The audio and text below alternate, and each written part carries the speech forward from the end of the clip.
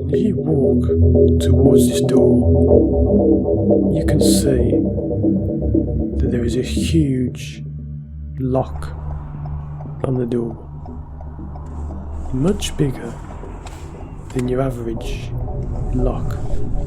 Excellent. Right turn at the traffic sign. And it's the same colour as the door. Now I'm going to hand you an imaginary key. Just imagine how seeing a key on the floor. I'm going to park it on this hill here, assuming you're leaving it for a long period of time. Along this curb. At the foot of this door. You take this key and you insert the key into the lock.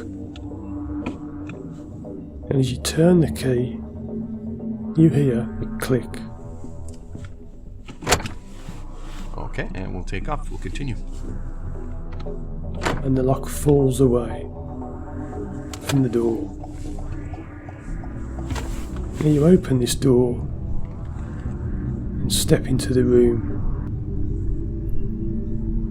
And the floor and the walls and the ceiling of this room are the same colour that you associated with fear and nerves.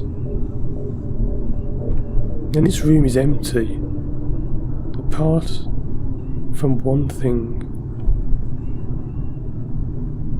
As you look to the back corner of this room, Right turn at the traffic sign. you see something cowering away, hiding in the corner.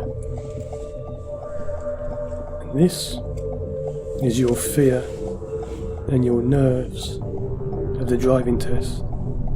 And we'll return to the drive test center here. I'm going to reverse park in one of these first spaces here, just like one of the spaces past the snowbank. You may choose to see it just as the other parts were, or differently. It's up to you.